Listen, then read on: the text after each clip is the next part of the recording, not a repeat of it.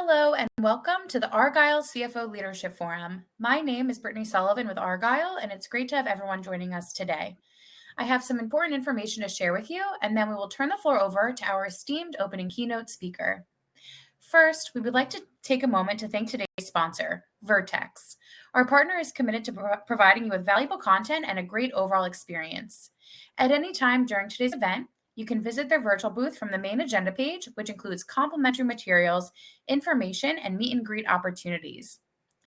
We also welcome you to stay socially connected during today's event. For those of you who are active on social media, please use the hashtag ArgyleDigital and follow us at Argyle Exec Forum. Also, be sure to follow Argyle on LinkedIn for special announcements. Finally, and most importantly, we would love to hear from you. So during each session, we encourage you to submit your questions and comments in the Q&A box on your screen. Following each presentation, we have set aside time for our speakers to weigh in on your questions. Thank you again for joining us. Now let's get started. Without further ado, I would like to introduce Mohit Bhatia, Chief Financial Officer at Welch Equipment Company. We're excited to have Mohit with us for his opening keynote titled, Investing in IT to Strengthen Financial Security. Welcome, Mohit, and over to you. Thank you. And thanks for inviting me to this conference. Obviously, good morning, good afternoon to wherever all our viewers are and participants are. So I'm not going to be putting out a lot of presentation pages and whatnot, but we're going to talk through some of the key elements and aspects of what and where finance and IT converge and need to be careful looking at collaboration, specifically as it relates to IT and finance cross points. And then I'd certainly like participation, questions, discussions, comments on some of the things that I'll talk about.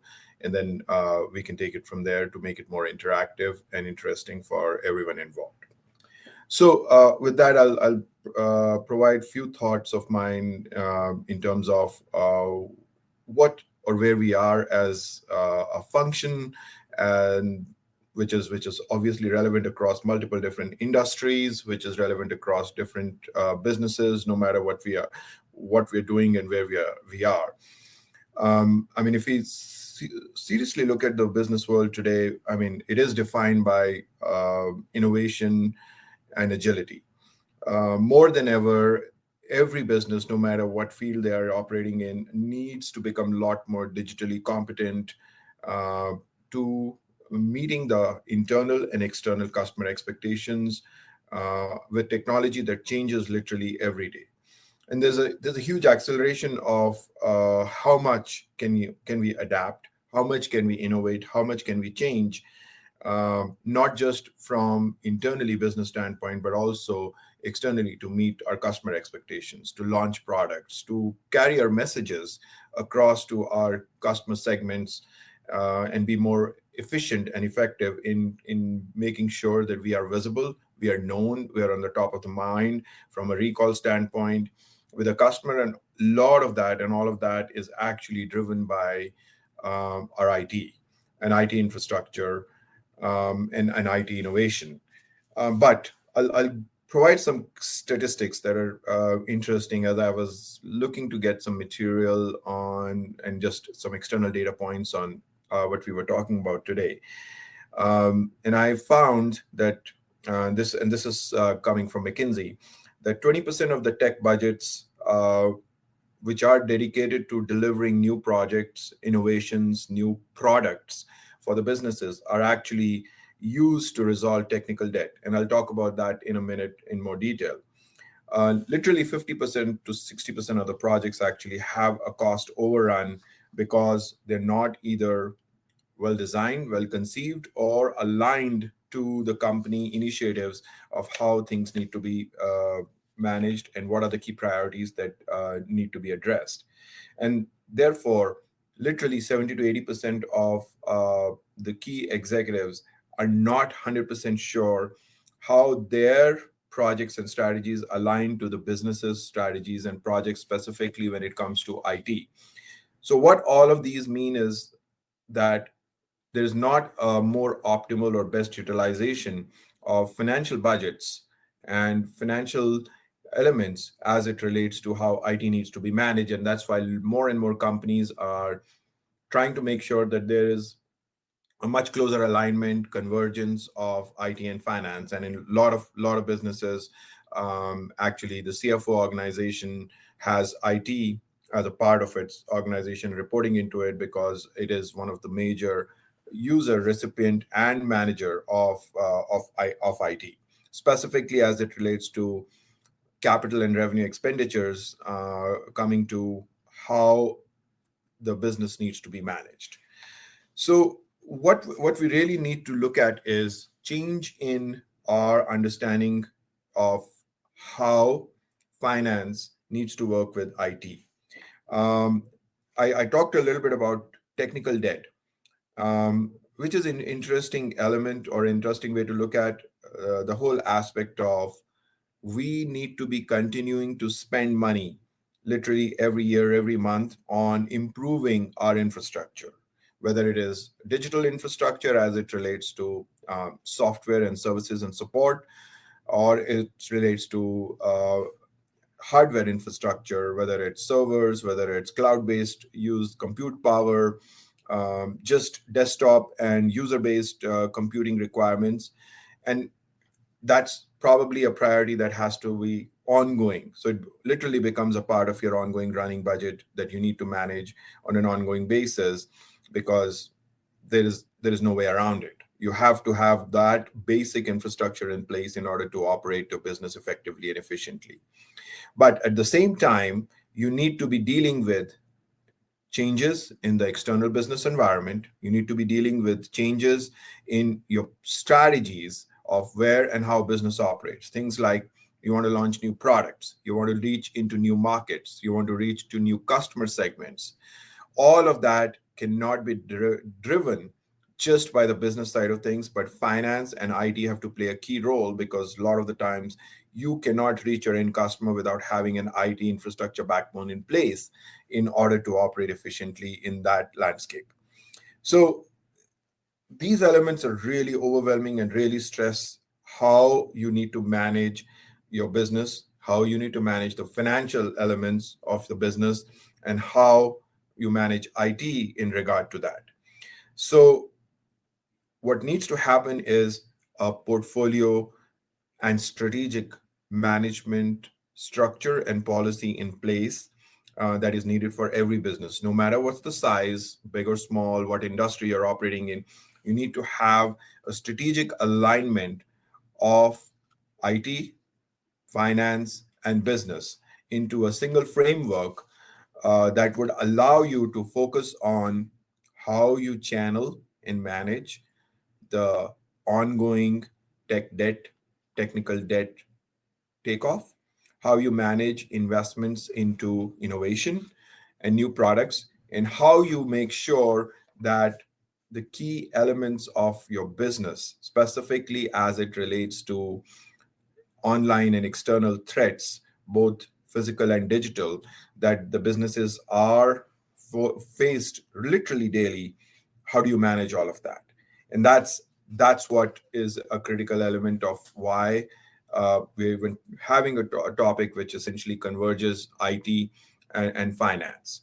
So finance and financial managers need to play a key role in integrating the structure and framework of how you need to bring in the business strategies and the business leaders to work together with IT strategies and IT leaders in a single framework, with the underlying and underpinning of how much investment you need to make, both on a short-term basis and a long-term basis, into the business requirements and IT requirements, which is why IT budgeting and IT planning, not just short run. So I think we need to move away from the mindset of 1 year budget planning for areas like IT to more a 3 year, 5 year planning framework of IT, which converges directly with how businesses operate and how businesses need to operate, so that the transformation of the business, the innovation, and the infrastructure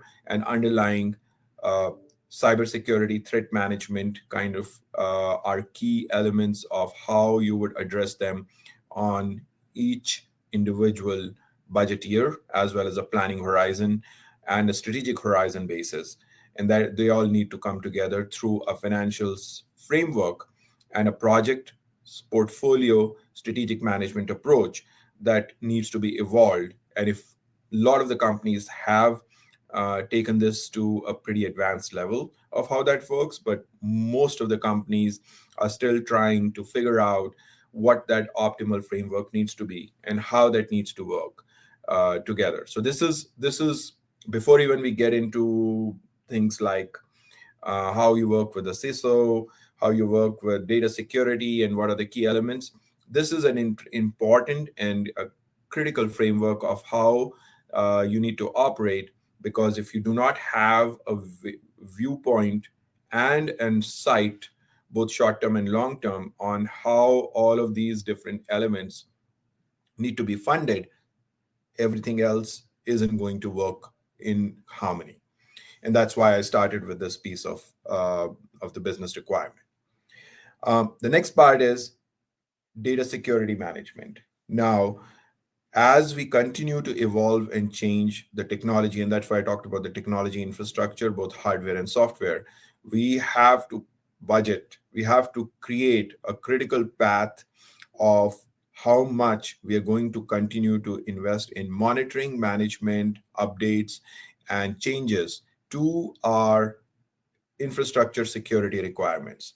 Because you put in the money, you put in the investment, you worked with your IT team and resources to say, okay, what is it that we're going to develop? But in order to protect all of that, you need to go back to having what a lot of businesses call a DRP, a disaster recovery plan, or a playbook of how or what you're going to deal with if and when any of these external threats actually materialize.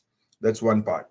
The second part is, how are you making sure that you're keeping up to date in protecting the organization's infrastructure, access controls, internal and external, in order to support managing IT and enabling IT to essentially thwart the threats that are coming literally every day. I mean, it's no surprise that literally any company, small or big, faces at least a few hundred different kind of phishing attacks, cyber attacks, ransomware attacks, and just malicious viruses in general that come into the business or try to thwart the business firewalls on a daily basis, which means that there needs to be an ongoing monitoring, updates, and investment in that infrastructure that has to happen on a regular basis. That's one part.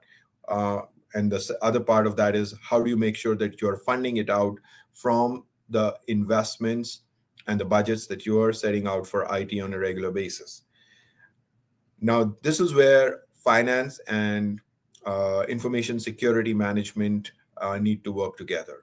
There need to be a short-term and long-term framework that needs to be evolved. You need to have literally a RACI kind of matrix in place that would allow you to address different deficits, issues, concerns, as well as unforeseen situations, in order to make sure that the business infrastructure and the business access, the business systems are always available in spite of the threats that are coming through.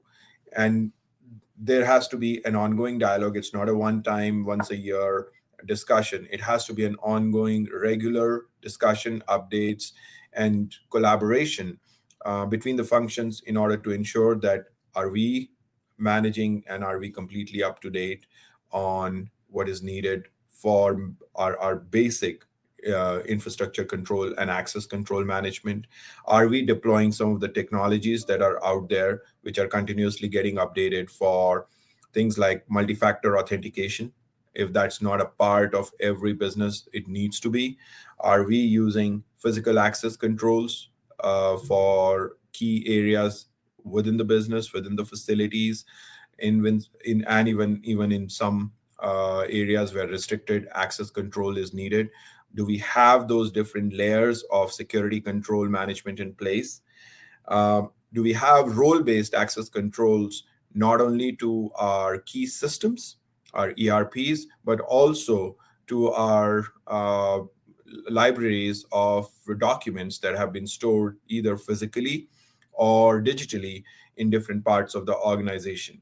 And is that something that is reviewed, viewed, and updated on a regular basis? Because creating that once and then not revisiting it is not an option. You have to be able to do that and review that on a regular basis. And that's where the collaboration and the touch points between finance and IT, specifically, if you have a designated CISO, if you do not have a designated CISO, then a person who would be designated to manage all the digital control and access control side of things in your organization, they have to collaborate and talk on a regular basis in terms of how that needs to be managed.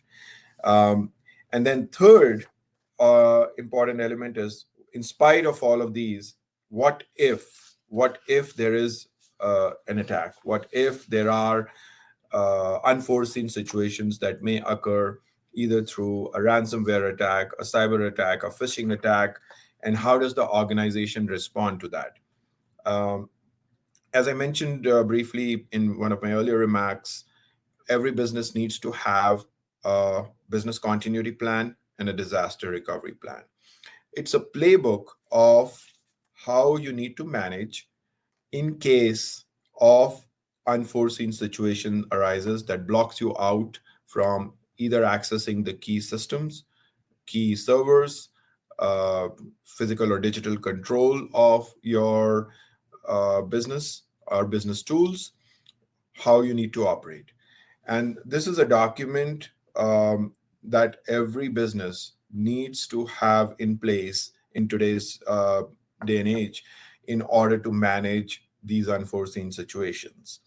Every business needs to have this playbook of what to do in case of this, what not to do in case of this, what is the backup plan, what is our recovery plan, how long does that take, who all will need to be involved on 0 hours, first 5 hours, first 10 hours, first 24 hours of any such situation happening. What would you do to address it? What is the backup and recovery structure and infrastructure that you have in place? Whether you have a cloud-based backup system, you have a third party who's managing it for you, or you have internal locations, both physical and non-physical, uh, where you would be storing the backup, and how quickly that backup can be restored back so that you're able to come back and operate efficiently in spite of these issues. All of these are discussions.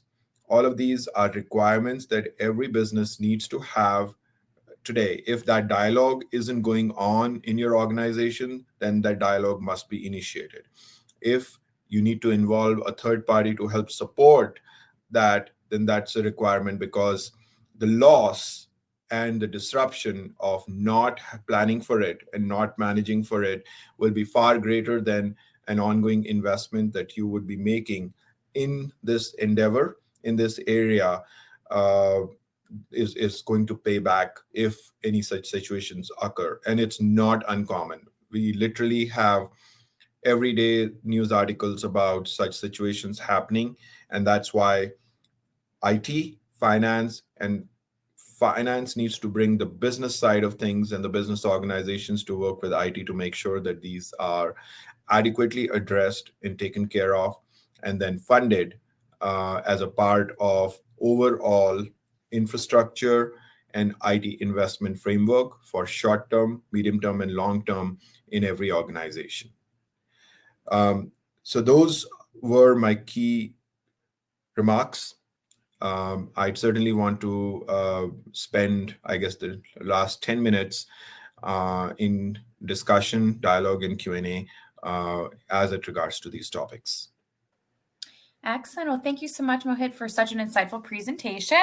As a reminder, audience members can still enter questions, and we can go ahead and review some of the questions that came through.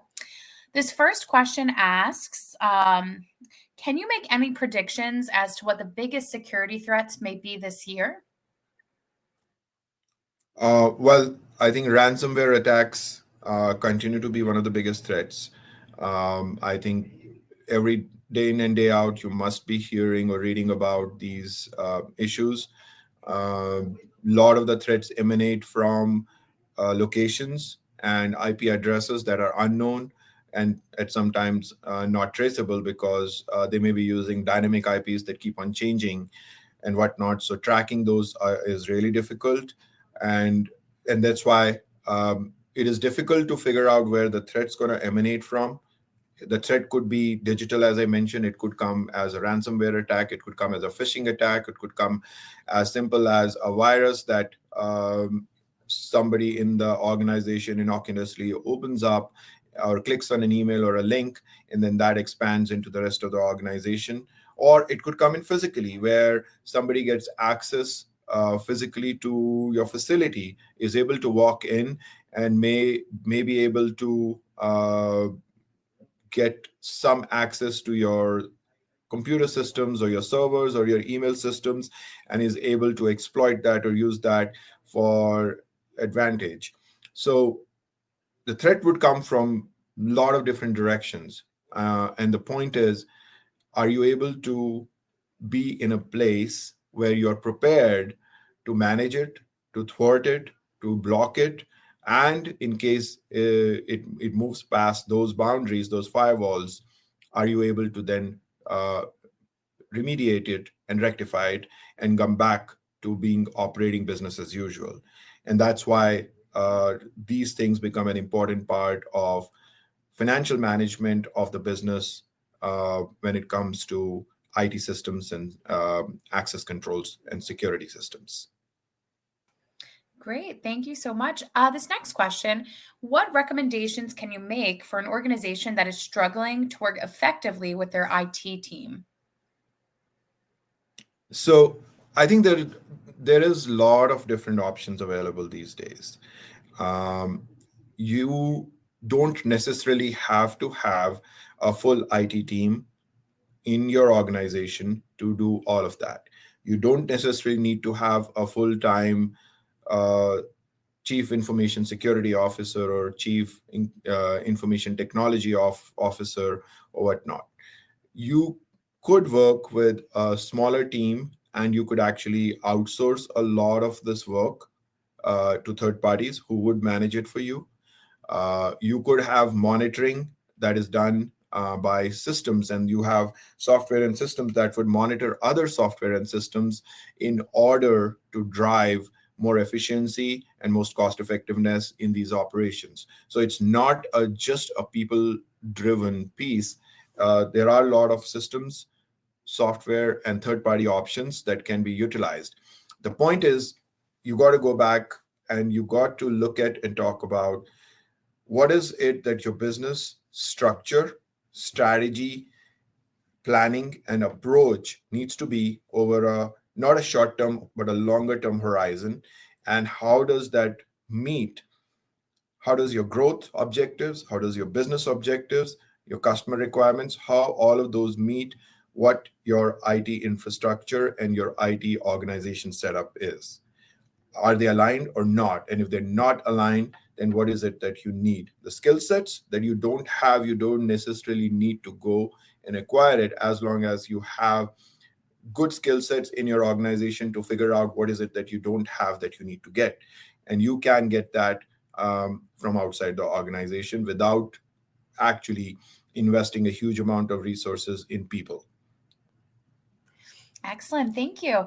This one question asks, won't AI driven threats outpace our ability to identify them? That's a really good point. And to be honest, we are still working and trying to figure out what would those AI driven threats be. Would it be even more brutal attacks, uh, better firewalls?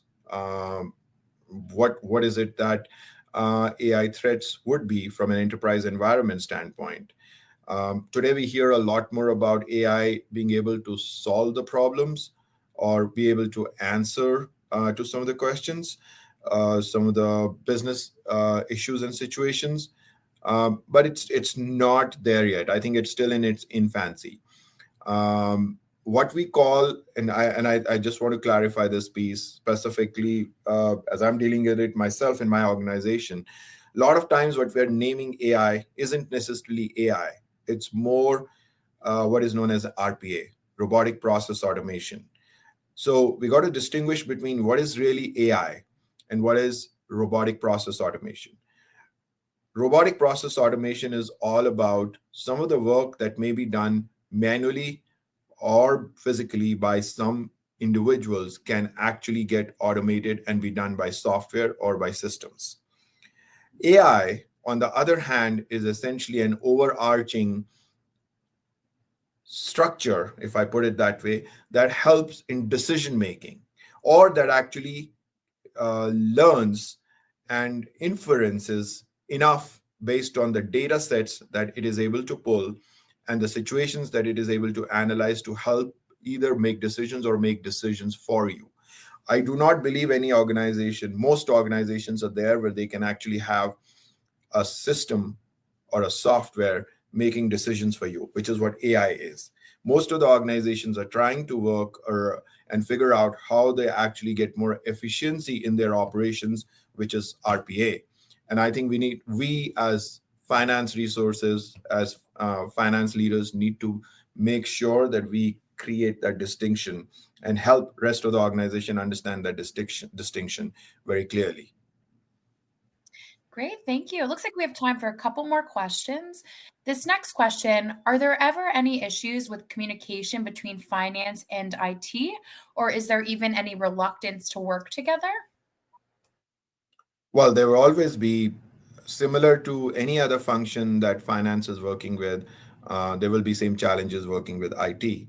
I mean, IT would always require and ask for more resources than what an organization can provide. We're always scaling that uphill battle. And it's always difficult to figure out what you prioritize and what you don't prioritize in limited number of resources, limited amount of resources that may be available for you to work together. But I think it is important to collaborate. And that goes for any other function that you may be working, whether it's marketing, whether it's business development, whether it's sales. You will have some of the similar challenges that you would have with IT. And it is about collaborating and making sure that everyone's an equal business partner in working together and figuring out the right and the most optimal way in which you can allocate and design resources and meet requirements for each function. Exactly the same challenges that you have in IT as well. Perfect. Thank you. And I think this is probably a good question to kind of close out with. But how far out should finance teams be preparing for, especially when using scenario planning type tools? Again, a lot depends on the industry and the kind of business and the kind of customers that companies are dealing with. My experience, most of the time, a 3 or 5 year planning horizon is ideal. Yes, a lot of it is based on assumptions, but a lot of those assumptions are also based on experience and real world scenarios. So we should definitely look at least dedicate some time throughout your calendar fiscal year, which is spent on planning, thinking, envisioning, and figuring out what your long-term horizon looks like. 3 years, 5 years is generally ideal, again, depending on industry and product type. But it also helps you prepare and think about things just beyond the day-to-day working, because a lot of times people get lost in the minutia of day-to-day operation. They forget the big picture, the long-term vision, strategy, and business requirements. And so you need to be able to look at that and plan a lot of requirements and business elements on that basis. Excellent. Well, thank you so much, Mohit. Again, that is all the time we do have for questions, but thank you for an excellent keynote. I also want to thank everyone else for joining us today. This session, along with all of today's content, will be made available on demand following the event Our next session will begin shortly at 11:35 Eastern, which will be a panel titled Evolution of the Modern CFO. Please click on the join button that will appear on your screen to be redirected, and we look forward to seeing you there. Thank you again, Mohit. Thank you.